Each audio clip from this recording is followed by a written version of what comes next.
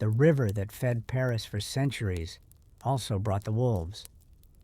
I was ringing the morning bells when I saw the first dragon ship appear through the fog on the Seine.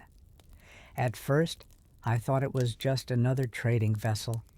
Then I heard the oars, hundreds of them, all moving in the same rhythm. By nightfall, monasteries would burn. The king of Francia would make a decision so humiliating that people would whisper about it for generations. And buried beneath the abbey garden, under wet soil and rose roots, we would hide something the invaders wanted to destroy more than gold itself. But the worst part wasn't the fire. It wasn't the screams.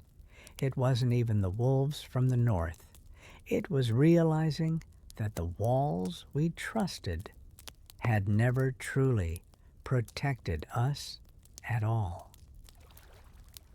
I saw the first ship from the bell tower. I was ringing the bells for lauds, the dawn office, the prayers we say when the world is still dark and the only light is the candle on the altar, and the faith that the sun will come again. I was pulling the rope. The rope was rough. It had worn grooves into my palms over the years, twin lines of hardened skin that followed the curve of my fingers like the banks of a small river. The rope and I knew each other. The rope and I had a rhythm, pull, release, pull, release. The bell spoke. And between one pull and the next, I looked out the window of the tower, the narrow slit in the stone that faced north toward the river, and I saw something on the water, a shape. They arrived on a Saturday long, low, dark, moving against the current with a speed that no rivercraft should have, moving the way a snake moves through grass, without effort, without pause, with the silent, purposeful glide of a thing that knows exactly where it is going. And at the front of the shape, at the prow, something carved, something rising from the wood like a neck, like a head, a dragon, a wooden dragon, mouth open, eyes wide, the teeth carved sharp, and a tongue curled, and the whole terrible, beautiful head turned toward the city as though it were tasting the air. I stopped pulling the rope. The bell stopped speaking, and in the silence, in the space between the last ring and the nothing that followed, I heard a sound from the river. Oars, dozens of oars, hundreds, dipping into the water in unison, a rhythm that was not like my rhythm with the rope, a different rhythm, faster, harder, the rhythm of men who were rowing towards something they intended to take. I stood in the bell tower and I watched the dragon come up the Seine, and behind the first dragon, a second, and behind the second, a third, and behind the third. I stopped counting, because counting, by then, had become a kind of prayer, and the prayer was not being answered. My name is Ethelflaed, not a Frankish name, a Saxon name. My father was from Wessex, a trader.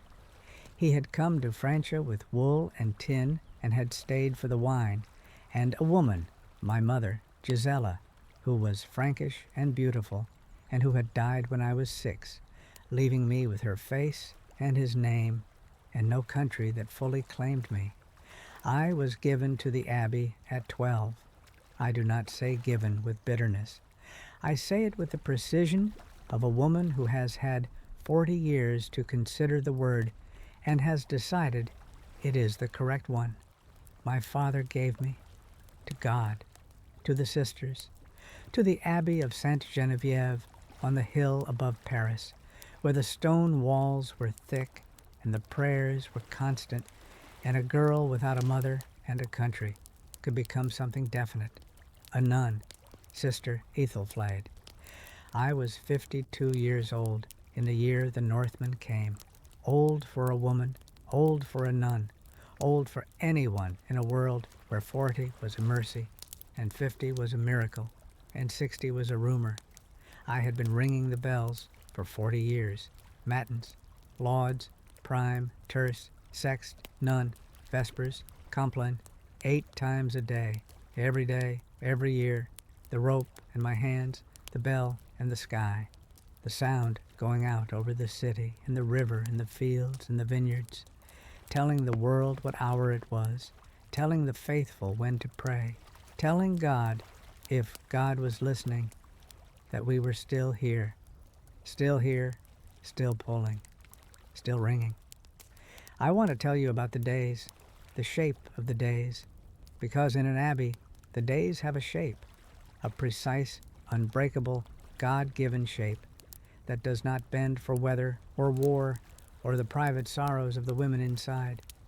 We rose at midnight for matins, the night office, the prayers said in darkness when the world was asleep and God was, we believed, most attentive. The bell woke us, my bell. I was the first to rise, the first to pull, the first to send the sound into the dark. And then the others came, shuffling through the cloister in their black habits, their faces pale in the candlelight, their breath visible in the cold. We prayed, we sang the psalms, the canticles, the antiphons that rose and fell in the old melodies, the melodies that had been sung in these walls for 300 years, the melodies that were older than the Abbey, older than Paris, older than a language we sang them in. The singing filled the church. It rose into the vault, the low stone vault that caught the sound and held it and sent it back down, so that our own voices came back to us changed, deepened, multiplied, as though the stone were singing with us. I loved the singing, more than the praying, more than the reading, more than any other part of the day. I loved the singing because the singing was the one time when my voice, my ordinary, unremarkable Saxon Frankish voice, became part of something larger, something that was not me, something that was the Abbey itself, the walls and the stone, and the 300 years of women who had stood in the same choir and opened the same mouths and let the same melodies pass through them. The singing was the only time I forgot myself, and forgetting yourself in an abbey is the whole point. After matins, we slept again. Briefly. The sleep between matins and lauds is the thinnest sleep. A veil, not a blanket. You close your eyes and you drift, but you do not go deep, because the bell is coming. The bell is always coming. Lauds at dawn, then prime, then work. The work was the work of women, bread, cloth, garden, animals, the sick when they were sick, the poor when they were poor, the steady, endless, unrewarded labor of keeping a community alive. I worked in the garden, the herb garden. Rosemary, yes, rosemary, the same plant the apothecary in Florence would grind 3 centuries later on his Tuesdays, and lavender, and thyme and sage, and the bitter herbs we used for medicines, and the sweet herbs we used for the altar. I grew things with my hands, in the dirt, on my knees. And the growing was a kind of prayer, and the prayer was a kind of growing.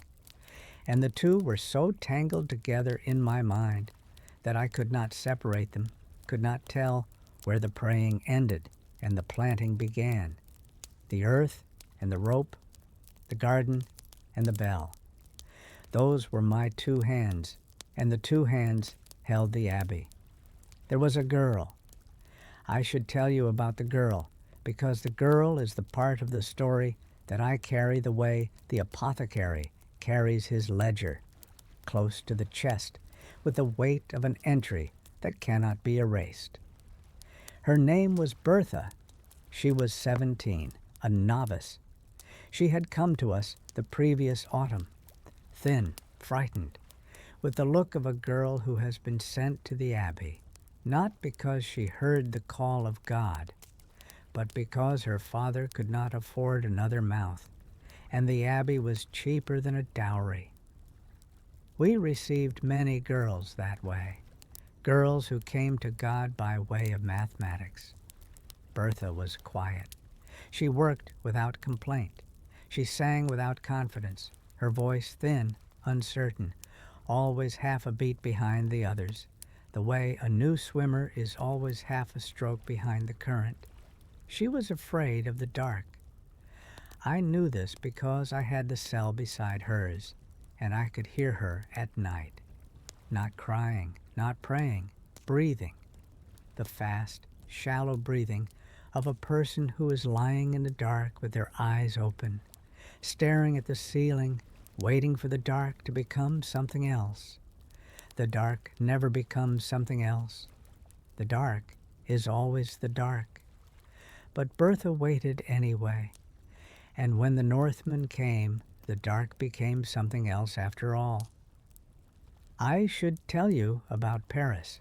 Not the Paris, you know. Not the Paris of the wide boulevards and the Iron Tower and the cafes where men sit and argue about philosophy over small cups of dark coffee. The Paris I knew was small. An island, the Ile de la Cité, a ship-shaped island in the middle of the Seine, and on that island, a city, not a grand city, a cramped city, a city of narrow streets and timber houses and mud and animals and the constant, overwhelming, inescapable smell of the river, the green, brown fish and rot smell of water that has been flowing through the heart of a human settlement for centuries and has absorbed every sin along the way. The city had walls, stone walls, patched and repatched, old Roman work in some places, newer Frankish work in others. The walls ran along the edge of the island, and behind the walls the city huddled, and in the center of the city the cathedral stood. Not the cathedral you are thinking of, not the great one with the flying buttresses and the rose windows that came later. An older cathedral, simpler, stone and wood, with a tower that was not tall enough to see the enemy coming, but tall enough to ring a bell. My bell. The abbey was on the south bank, on the hill, Sainte-Geneviève, not on the island, on the hill above, looking down at the city and the river and the bridges that connected the island to the banks. From the abbey, I could see everything. That was the blessing and the curse of height. You could see the city waking in the morning, the smoke from the bakeries, the fishermen on the river, the merchants opening their stalls on the pont. You could see the vineyards on the northern slopes, the green rows running in straight lines up the hill. You could see the road from the east, where the traders came with their carts, and the road from the west, where the king sometimes came with his soldiers. You could see everything, including the things you did not want to see. We had heard the stories for years, for decades. The stories came the way all stories come, from the mouths of travelers thickened by distance and fear and the particular human talent for making a thing worse in the telling. The Northmen, the Norse, the Danes, the men from the cold countries, the men who came in ships with dragon heads and wolf prows, who worshipped gods we did not recognize, who fought with axes and round shields and a ferocity that the priests called demonic and the soldiers called terrifying, and the mothers called the reason they bolted the door at night and taught their children to pray. They had raided the coasts for years, the monasteries of Lindisfarne, the towns of Frisia, the trading posts along the rivers of Francia. They came in spring, they came by water.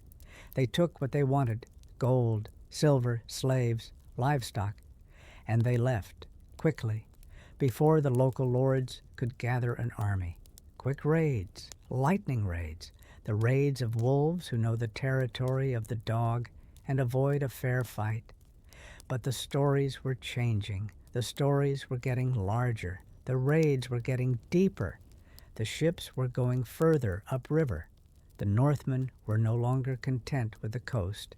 They were pushing inland, following the rivers, the Loire, the Garonne, the Seine, our river, the river that ran through the heart of Francia and ended at Paris, and beyond Paris, at the rich farmland of the interior, the granaries and the abbeys and the cities that had never been touched, that had never needed walls, that had grown fat and soft and prayerful, behind the assumption that the rivers that fed them would not also bring their destruction.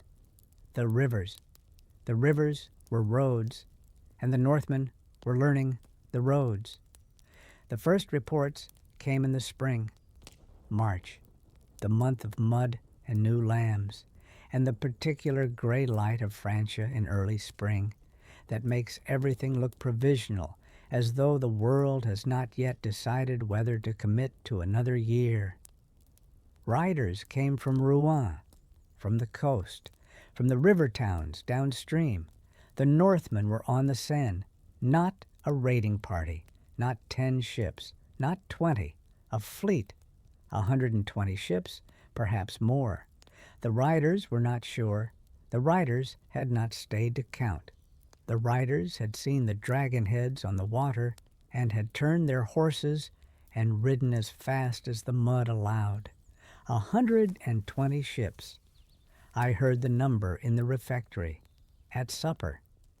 Sister Marguerite told it to Sister Clotilde, and Sister Clotilde told it to Sister Radegund, and by the time it reached me at the end of the table, it had become 150, because numbers grow in the telling, the way fish grow in the memory. But even 120 ships on the Seine, rowing toward Paris, rowing with the current and the wind and the terrible, patient, unstoppable momentum of men who have decided. 120 dragons on the water, coming upriver, coming to us. The abbess called us to the chapter house. Mother Hildegard, a woman of 60, small, bent, with hands that had been beautiful once and were now the hands of an old apple tree, knotted, twisted, but still bearing fruit. She stood at the front of the room. She held a candle. The flame moved in the draught from the window, and her shadow moved on the wall behind her, large and wavering, the shadow of a woman who was trying to be larger than herself. "The Northmen are coming," she said.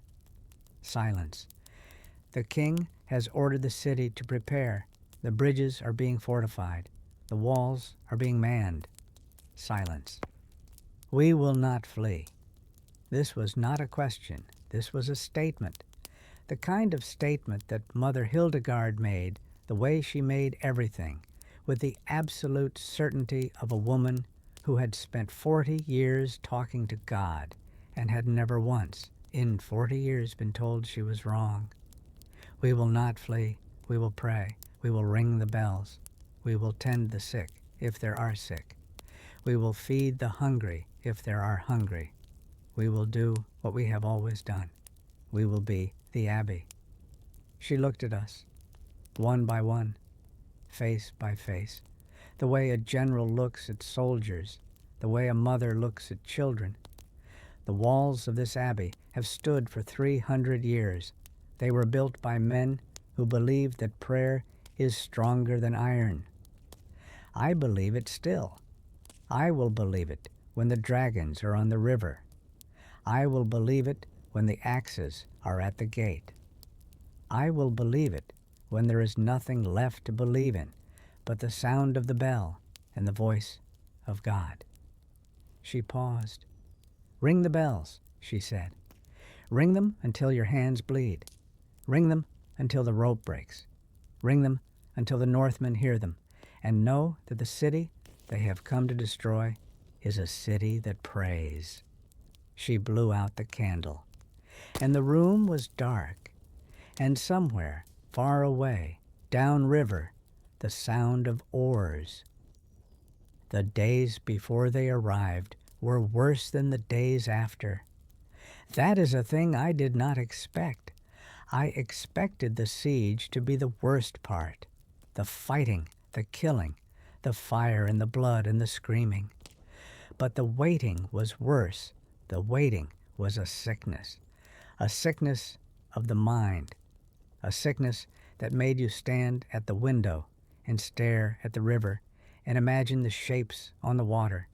And sometimes the shapes were there and sometimes they were not, and you could not tell the difference, and the not telling was the thing that ate you. We prepared. The sisters prepared the way women prepare, thoroughly, practically, without the theatrical posturing of men who want to be seen preparing.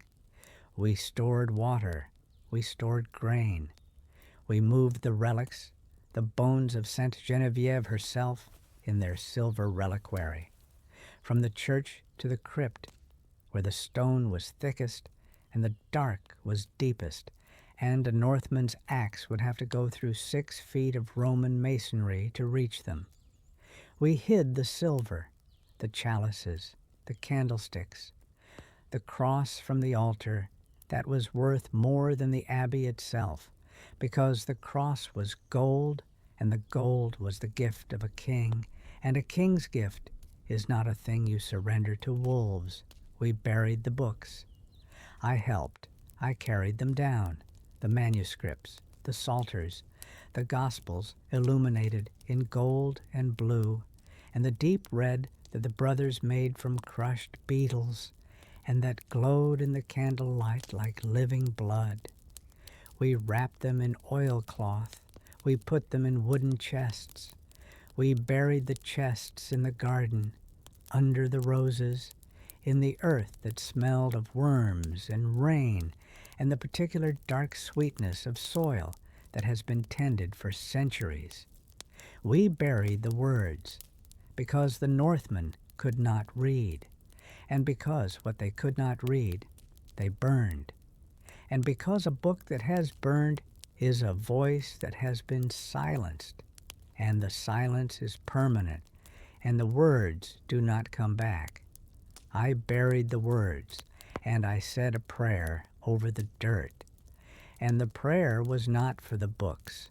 The prayer was for the men who had written them, the monks in their cells, the scribes with their quills, the men who had spent their lives bent over pages, writing the words of God in ink made from oak galls and iron, letter by letter, page by page, year by year.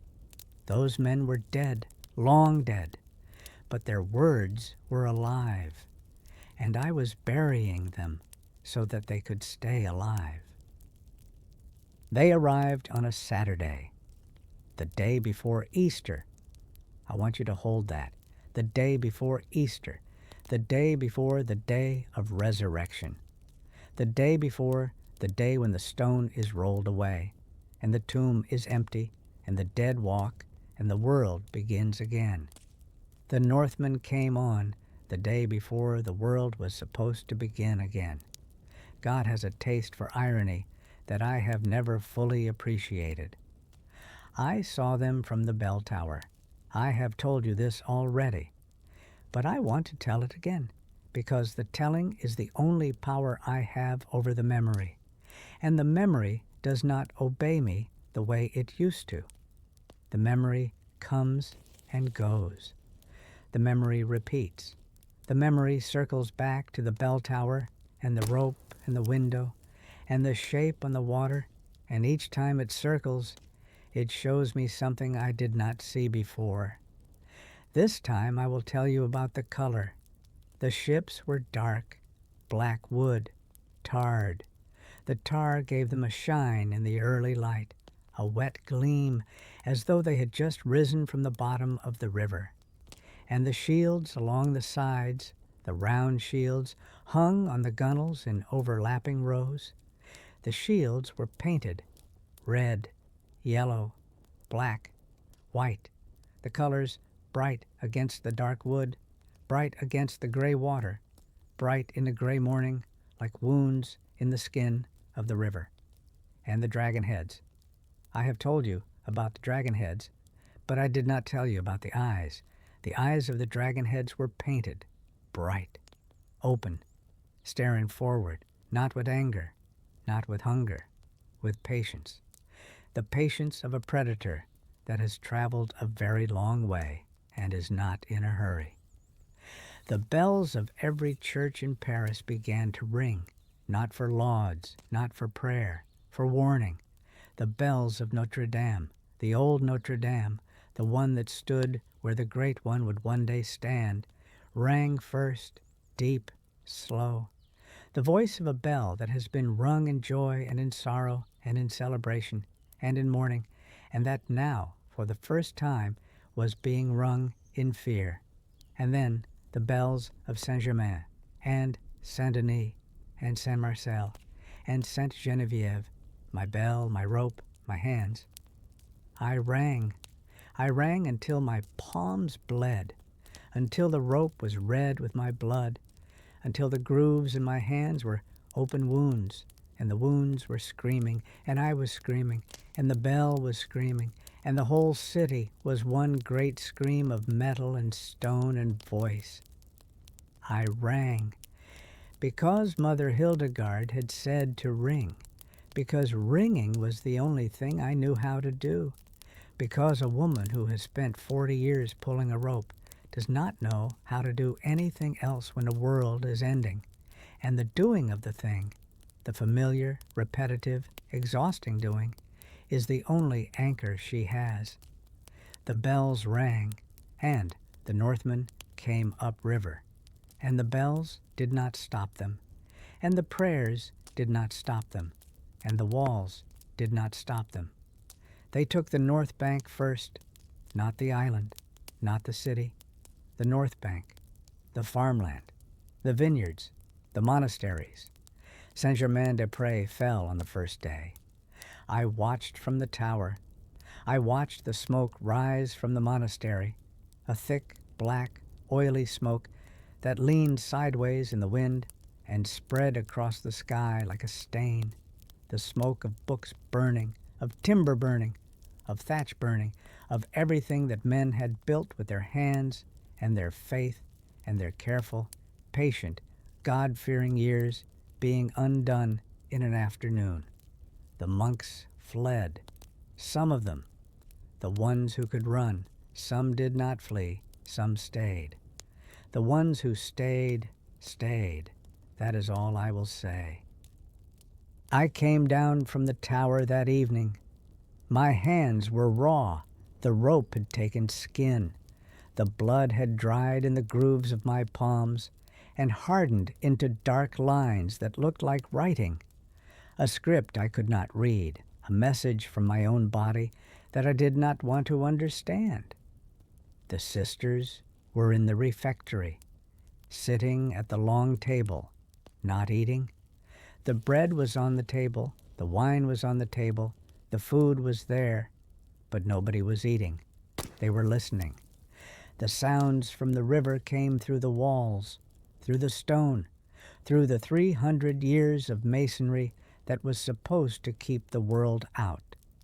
The sounds came through anyway, shouting, in a language we did not understand, a hard language, a language made of consonants and edges, a language that sounded like iron being hammered on stone, and under the shouting, the oars, still the oars, the steady, rhythmic, maddening beat of the oars, like a heart that would not stop, like the pulse of something enormous and patient that was sitting on the river and breathing. We listened, and nobody ate. Bertha came to my cell that night. She did not knock. She simply appeared in the doorway, a shape in the dark, her habit too large for her. It hung on her like a tent, like a child wearing her mother's dress. "Sister," she said, "come in." She came. She sat on the edge of my cot. Her hands were in her lap. Her fingers were laced together so tightly that the knuckles were white. "I am afraid," she said. "I know. The sounds, I know. Are they going to come here, to the Abbey?" I looked at her 17-year-old face, at the eyes that were too wide and the mouth that was too tight, and the whole expression that said, "I came here to be safe. I came here because the world was supposed to be on the other side of the wall. I came here because God was supposed to be between me and the wolves." "I do not know," I said. She looked at me. "You are supposed to know," she said. "You are supposed to tell me it will be all right. Would you believe me?" Silence. "No," she said. "Then I will not lie to you. I will tell you what I know. I know that the walls are thick. I know that the Abbey is on the hill. I know that Mother Hildegard is in the chapel, and she is praying, and she has been praying for 40 years, and she is very good at it. And I know that in the morning I will ring the bell, and the bell will say what the bell always says." "What does the bell say?" "It says, 'The world is still here. The hour has come. Rise, pray, work. The world is still here.'" She was quiet. Then she said, "Can I stay?" "Yes." She lay down on the floor beside my cot. She pulled her habit over herself like a blanket. She closed her eyes. She did not sleep. I knew she did not sleep because I did not sleep. We lay in the dark, one on the cot, one on the floor, and we listened to the sounds from the river, the oars, the shouting, the occasional sound, sharp, distant, terrible. That was not oars and not shouting, but something else. Something that happened when men with axes met men with shields. A cracking sound, a splitting sound, the sound of wood and bone given way. We listened, and the night was very long, and the bell was very silent, because the bell rings at the hours. And between the hours there is nothing, and the nothing is the hardest part. The second day, the fires spread from Saint-Germain to the farms around it, from the farms to the vineyards, from the vineyards to the orchards. The north bank was burning, not all of it, not yet, but enough that the sky above Paris was no longer gray, but brown, the brown of smoke, the brown of burning, the brown of a world that is being unmade. From the tower I could see the Northmen, moving through the fields, not in formation, not in the orderly rows of a Frankish army, in clusters, in groups, moving the way wolves move, fast, loose, each group knowing its task without being told. They were carrying things, out of the buildings, out of the churches, out of the monasteries, gold, silver, cloth, barrels of wine, sacks of grain. They carried them to the ships. They loaded them efficiently, without waste, the way merchants load cargo, because that is what they were, merchants, merchants with axes, men who had crossed a sea and rowed up a river and burned a monastery and killed the monks inside it, and who were now, with the same hands that had held the axes, carefully loading the silver candlesticks into the ships. The hands that killed and the hands that loaded were the same hands. I watched them from the tower, and I thought, these are not demons. These are not the agents of Satan that the priests describe. These are men, ordinary men, men with hands and faces and voices, and somewhere far away in the cold countries, mothers who had held them when they were small, men, and the ordinariness of them was worse than any demon could have been, because a demon you can pray against. But a man is just a man, and a man with an axe is just a man with an axe, and prayer does not stop axes. Prayer stops nothing. Prayer is the sound we make when we have nothing left that works. I rang the bells on the second day, and the third and the fourth. I rang them for every office, matins, lauds, prime, terce, sext, none, vespers, compline, 8 times a day. The same rhythm, the same rope, the same hands. The Northmen could hear the bells. I know this because on the second day, during sext, I saw 2 of them in the field below the hill, standing, looking up at the tower, at the source of the sound. They stood and they listened, and then they turned and walked away. I do not know what they heard. I do not know if the bells meant anything to them, whether the sound of Christian worship registered as prayer or as noise or as the voice of the city they had come to take. They walked away, but they had looked up, and the looking up was its own kind of attention, and attention from wolves is never a comfortable thing. On the 4th day, they tested the island walls, not a full assault, a test, the way a man tests a locked door, pushing, pulling, looking for the weakness. They came in boats, small boats, not the dragon ships, but lighter craft, faster, manned by 10 or 12 men each. They rowed to the island. They threw ropes at the walls. They climbed. The Frankish soldiers were on the walls, the soldiers who had been there from the beginning, the soldiers who had been waiting behind the stone for 4 days, listening to the burning of the north bank and the loading of the ships and the sound of axes in the distance. The soldiers fought. I could not see the fighting from the tower. The walls blocked my view, but I could hear it. The sounds came up to me the way all sounds came up to me, thinned by distance, softened by stone, turned into something almost abstract.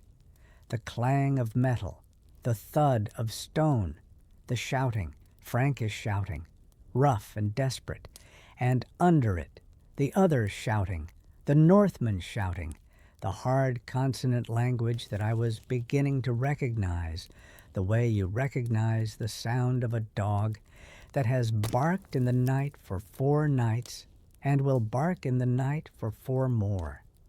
The fighting lasted an hour, maybe less. The Northmen pulled back, not defeated, not driven away. They pulled back the way the sea pulls back from the shore, not because the shore has one, but because the sea has its own rhythm, and the rhythm says, withdraw, regroup, return. They pulled back, and the walls held, and the soldiers cheered, and the cheering sounded from the tower like the bells, like another kind of ringing, like the sound of men who have been tested and have not broken, and who are, for one brief moment, allowed to feel that the world has not ended. The walls held, for now. The Seine turned, not the current, the color, the river that had been brown, the ordinary brown of a working river, the brown of mud and silt and the runoff from 1,000 farms. The river turned dark, darker than brown, the color of wine, the color of old blood. I do not know if this was real or if the memory has painted it. I do not know if a river can change color in a single day, or if the horror of what was happening on its banks leaked into my seeing and stained the water in my eyes. But I saw it, the dark river. I have thought about the river many times since. I have stood at the window of the tower and looked at it and tried to understand how a thing can be both the giver and the taker, both the road that brings the wheat to market and the road that brings the axe to the gate. The river does not choose. That is the answer, the only answer.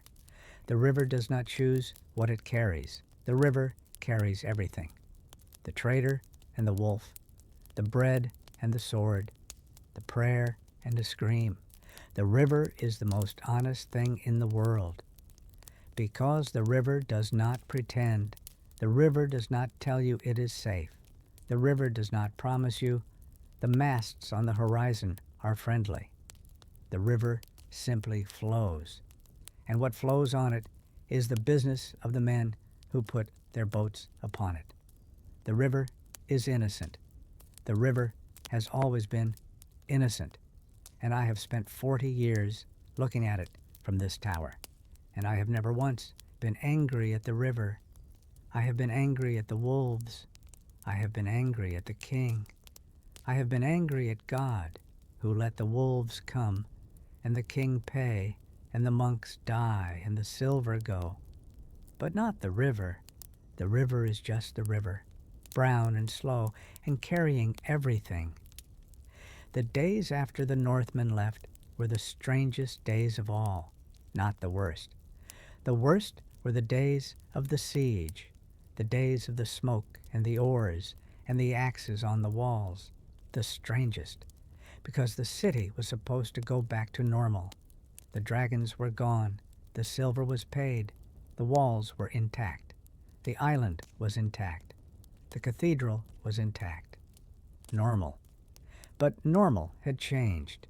Normal now included the knowledge that the wolves had come, that the river was a road, that the walls could be tested, that the silver could be taken, that the king who was supposed to be the shield, the sword, the protector, the king could pay. Normal now included the memory, and memory is a thing that does not wash out, not with time, not with prayer, not with the careful, repetitive, God-given rhythm of an abbey's days. Memory stays, the way the grooves stay in my palms, the way the bloodstains stayed in the rope, the way the burn marks stayed on the north bank, black scars on the green fields, visible from the tower for years afterward. Memory stays. And the city that had been Paris before the Northmen was not the same city afterward. The same streets, the same walls, the same river, but different. The way a face is different after grief, the same features, the same arrangement, but something behind the features has shifted, and the shift is permanent, and everyone who looks at the face can see it, even if they cannot name it. Paris had been visited, and the visit had left a mark, and the mark was in every face and every wall, and every prayer, and every ring of every bell. I baptized the rope, that is what I call it, the morning after the Northmen left, the morning when I climbed the tower for lauds and took the rope in my hands and found the blood on it, my blood, dried, dark, woven into the fibers like thread. I looked at the rope, I looked at my hands, I looked at the river, and I pulled, and the bell spoke, and the sound went out over Paris, over the empty river, over the burned fields, over the walls that had held, over the cathedral that had not fallen, over the garden where the books were still buried. The bell spoke, and the city heard it, and the city answered, not in words, in the echo, in the quality of the echo, thick, warm, the echo of a city that is full of people, the echo of a city that is alive. The echo came back, and I wept, not from grief, not from relief, from the sound of the bell and the echo and the river and the city and the morning and the ordinary, unbearable, miraculous fact that the world was still here, still pulling, still ringing. They reached the island on the third day, not by land, by water, of course by water. They were river people, sea people. Water was their road. They came in the ships, the dragon ships, low and fast, the oars dipping, the shields bright, the men standing at the prows with their axes in their hands and their hair loose and their mouths open, not screaming, not shouting, but open, as though they were tasting the air, tasting the city, tasting the fear that was rising from the walls like steam. They hit the walls, not with battering rams, not with siege engines, with ladders, with ropes, with the simple, brutal, physical force of men who had rode 100 miles and climbed 100 walls and who did not need technology because they had will, the terrible, bottomless Northman will that did not understand the word stop and did not recognize the word enough, and that pressed forward the way a river presses forward, not because it chooses to, but because that is what rivers do. They hit the walls, and the walls held for a time. The king came, Charles, the king they called the Bald, a man I had never seen, whose name I knew the way I knew the names of saints. As a fact, a distant authority, a figure in a story that did not usually include me. He came with soldiers, he came with cavalry, he came from the east, down the road I had watched from the tower so many times, the road where the traders usually came with their carts. I saw the banners first, from the tower, bright colors moving through the green of the countryside, blue and gold, the Frankish colors, the colors of a king coming to save his city. The sisters came to the walls of the abbey to watch. Even Mother Hildegard, who had not left the chapel in 5 days, who had been praying without stop, kneeling on the stone until her knees bled, even she came to the wall and looked east and saw the banners. "The king," she said. And for the first time in 5 days, her voice did not sound like prayer. It sounded like hope. Hope, the most dangerous word in a siege, more dangerous than surrender, more dangerous than defeat, because surrender and defeat are endings, and endings have a shape, and a shape you can hold. But hope is formless. Hope has no edges. Hope fills you and lifts you and holds you in the air. And then, when the thing you hoped for does not happen the way you hoped, hope drops you. And the falling is worse than if you had never been lifted at all. The king made camp on the south bank near the abbey. I could see his tents from the tower, large, striped, the kind of tents that travel with a king because a king does not sleep under the open sky, not even in war, not even with the wolves on the river. He held a council. I was not at the council. Women were not at councils. Nuns were not at councils. But I heard, because the walls of an abbey are thick, but the ears of nuns are thicker, and the news traveled through the community the way water travels through stone, slowly, persistently, finding every crack. The king had seen the Northmen. He had seen their ships, their numbers, their axes, and he had counted his soldiers, their soldiers, his walls, their ships, his silver, their patience. And the counting had told him what counting always tells, the answer to the equation.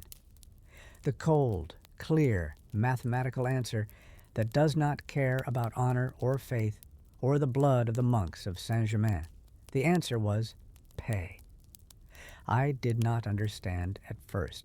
When Sister Clotilde told me, in the cloister, in a whisper, her face the color of old ash, I did not understand. He is paying them, she said. Paying them what? Silver, 7,000 pounds. 7,000 pounds of silver. I stood in the cloister. The sun was on the flagstones. A bird was singing in the apple tree. An ordinary bird, a blackbird, singing an ordinary song, oblivious to the fact that the king of Francia was about to pay the wolves 7,000 pounds of silver to go away. Where will he get 7,000 pounds of silver? I said. Clotilde looked at me, and in her look was the answer, from the churches, from the monasteries, from the abbeys, from us. They came for the silver on a Tuesday, the king's men, not the Northmen, our own men, Frankish soldiers in Frankish armor with Frankish accents and Frankish apologies. They came to the abbey. They were polite. I will say that for them. They knocked. They asked. They used the word please and the word temporary and the word necessity, which is the word that governments use when they are about to take something from you and want you to feel that you have agreed. They took the silver, the chalices, the candlesticks, the plate from the refectory, the small silver cross that hung above the altar in the side chapel, the cross that had been given by a duchess, whose name I do not remember, but whose gift I remember perfectly, because I had polished it every Saturday for 30 years, and the shape of it was printed on my hands. They took it. They wrapped it in cloth. They loaded it onto a cart. They drove the cart down the hill to the river. I watched from the tower. I watched our silver go down the hill, our 30 years of polishing, our 300 years of gifts, the accumulated generosity of kings and queens and duchesses and merchants and farmers who had given a coin to the abbey in exchange for a prayer.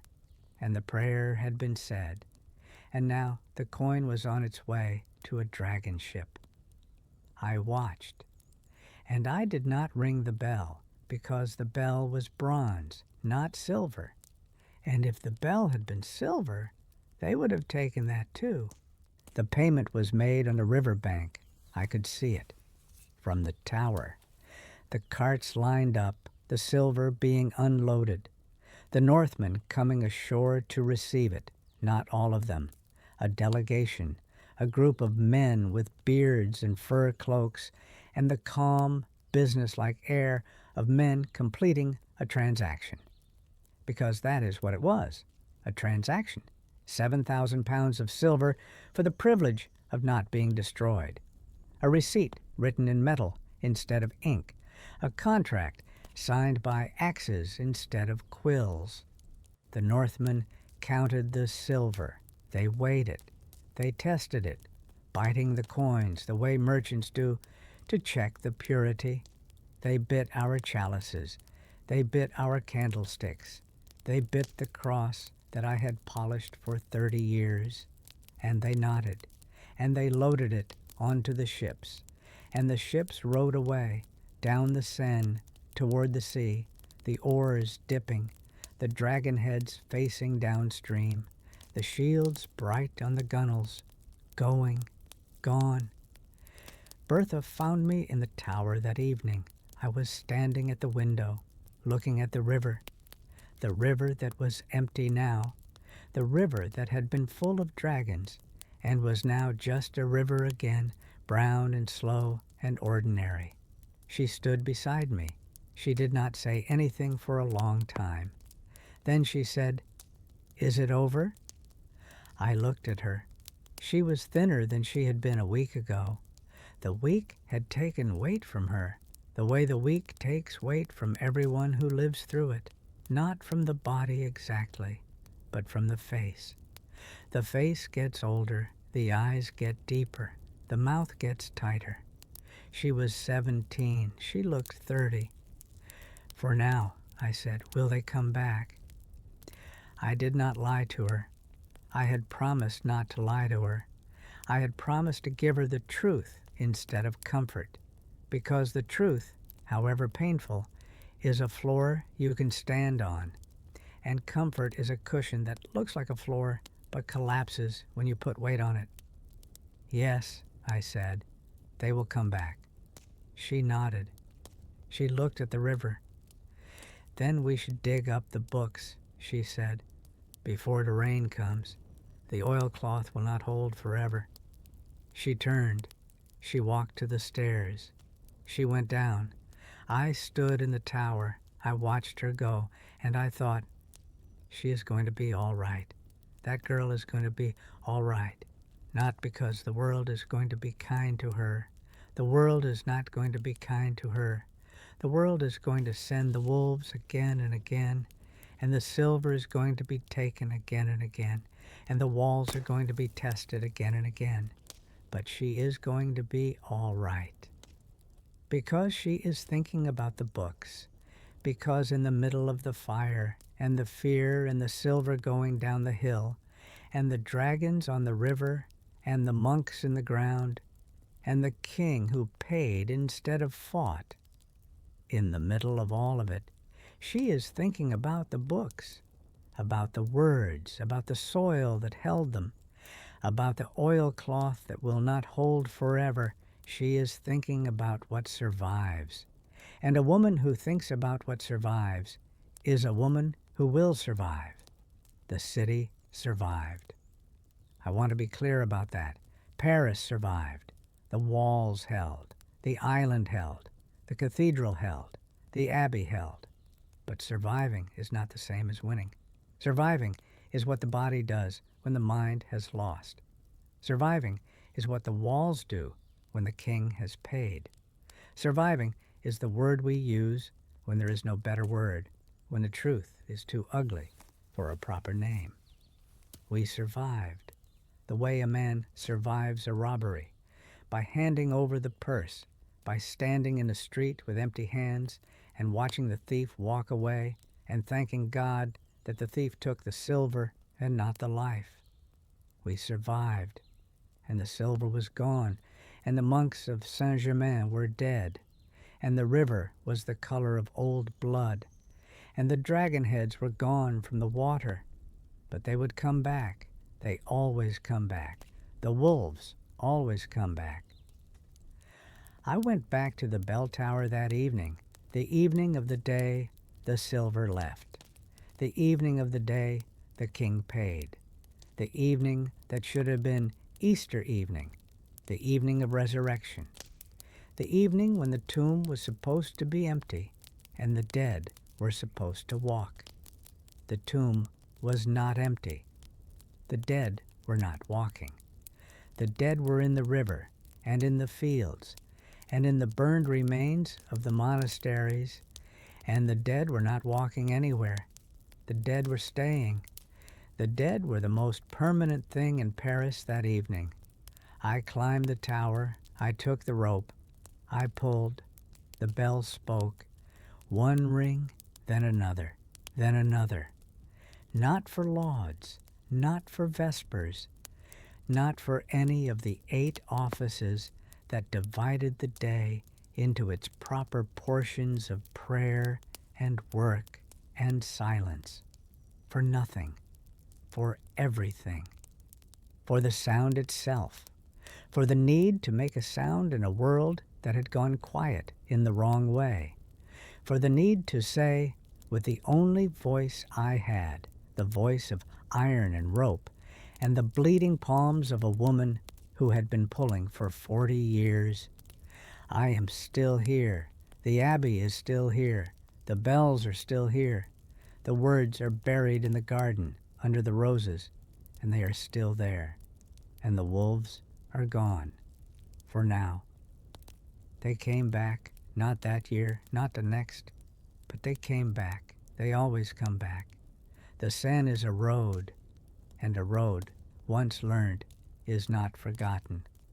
The Northmen learned the road to Paris in the year of our Lord 845, and they came back in 856, and again in 861, and again and again and again, until the city finally built the walls that could hold, and the bridges that could block, and the towers that could burn the dragon ships on the water. But that was later. That was after I was gone. I am old now, very old. My hands do not bleed anymore when I pull the rope. The calluses are so thick that the rope slides across them like water across stone. The grooves in my palms are permanent, twin rivers carved into the flesh, the fossil record of 40 years of ringing. I still ring, every morning, every evening, 8 times a day, the rope and my hands, the bell and the sky, the same bell, the same tower, the same window that faces north toward the river. Bertha is the abbess now. Mother Hildegard died 3 winters after the Northmen came. She died kneeling in the chapel, on the stone that had worn 2 grooves into the floor from her knees, the way the rope had worn 2 grooves into my hands. She died praying. I do not know what she was praying for. Perhaps for the city, perhaps for the monks, perhaps for the silver that was gone and would not come back, perhaps for the wolves, because Mother Hildegard was the kind of woman who prayed for wolves, who believed that even the men who burned monasteries and bit chalices had souls, and the souls were God's problem, not hers. She died kneeling, and Bertha took her place, the girl who was afraid of the dark, the girl who came to my cell and sat on the edge of my cot and said, "I am afraid," the girl who lay on the floor and listened to the oars. She is the abbess now. She is 51 years old, 1 year younger than I was when the dragons came. Her hair is gray under the veil. Her hands are strong. Her voice, the voice that had been thin and uncertain, always half a beat behind the choir. Her voice is the steadiest voice in the abbey. She runs the house the way Mother Hildegard ran it, with certainty, with prayer, with the absolute conviction that the walls will hold because the women inside them will hold. She dug up the books that first evening, in the rain, on her hands and knees in the garden, pulling the chests from the earth, wiping the mud from the oilcloth, opening the lids with fingers that shook from cold and from the need to know. The ink had not run. The words were there. The soil had held them, and Bertha had held the soil. I taught her the bells, not the ringing. She learned the ringing on her own, the way everyone learns, by pulling until the pull becomes a rhythm and the rhythm becomes a prayer. I taught her the listening, because the bell is not just a sound you make. It is a sound you receive. When the bell speaks, the bell also listens. The bell hears the echo of itself coming back from the walls and the rooftops and the river. And in the echo, the bell hears the city. The city answers, not in words, in the quality of the echo, the way the sound comes back, thicker on market days, when the streets are full and the bodies absorb the sound, and the echo is soft and warm, thinner on holy days, when the streets are empty, and the echo is sharp and cold and rings like a second bell. And different, entirely different, on the day the wolves come. On that day, the echo does not come back at all. The sound goes out, into the city, into the sky, and the sky swallows it, and nothing returns. That is how you know. Not by seeing, not by the scouts or the riders or the smoke on the horizon, by the bell, by the silence that answers the bell when the wolves are on the river. I taught Bertha this. She listened. She understood. She will teach someone else. And the teaching will go on, from woman to woman, from hand to hand, from rope to rope, long after I am gone, long after Bertha is gone, long after the abbey is rebuilt and rebuilt and rebuilt, because it will be rebuilt, because these walls have been rebuilt before and will be rebuilt again, because that is what walls do. They fall and they rise, and the women inside them keep pulling the rope. I look out the window every morning. I look at the river. I check. The way the man in Hiroshima checks the sunrise. The way the wife in Pripyat checks the ceiling. The way everyone who has been visited by a thing they did not expect checks the place where the thing came from. I look at the river, And most mornings, the river is just the river. Brown, slow, ordinary. The fishermen on the water, the traders on the bridges, the children throwing stones from the banks. Ordinary. But some mornings, when the light is gray and the mist is on the water and the shapes on the river are not clear, some mornings I see something, a shape, long, low, dark, and my hands tighten on the rope, and my heart goes fast, and I pull, and the bell speaks, and the sound goes out over the city and the river and the mist, and the shape is just a barge, or a log, or the shadow of a cloud on the water, just a shape, not a dragon, not today. I say their names every evening after Compline, in the dark of my cell, with the candle low and the stone cold, and the silence of the abbey pressing in like a hand. Mother Hildegard, who said, "Ring until your hands bleed," who died kneeling, who prayed for wolves, Sister Marguerite, who buried the books with me, who whispered a prayer over the dirt, who wept when the ink had not run. Bertha, who was afraid of the dark, who lay on my floor, who dug up the books in the rain, who is the abbess now, who will ring the bell when I am gone. The monks of Saint-Germain, who stayed, whose names I do not know, whose names no one knows, who are in the river, who deserve more than a sentence, but who will have to settle for a sentence because a sentence is all I have. The boy running through the streets with a bundle under his arm, running toward the smoke. The fisherman who would not leave his boat, King Charles, who came, who paid, who saved the city by shaming it. The Northmen, who rode, who burned, who bit our silver, who are somewhere in the cold countries, telling their own version of this story to their own children, a version where they are the heroes, a version where the silver was earned. I do not begrudge them their version. Every wolf believes it is the hero of its own story. The river, the old brown river, that brought us everything. The bell, that speaks for us, that speaks when we cannot.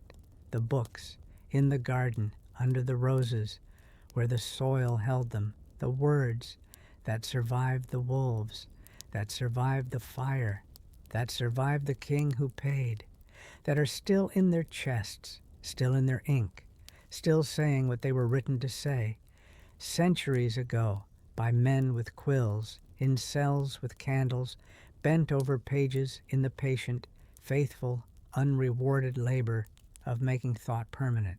The words survived. The words always survive.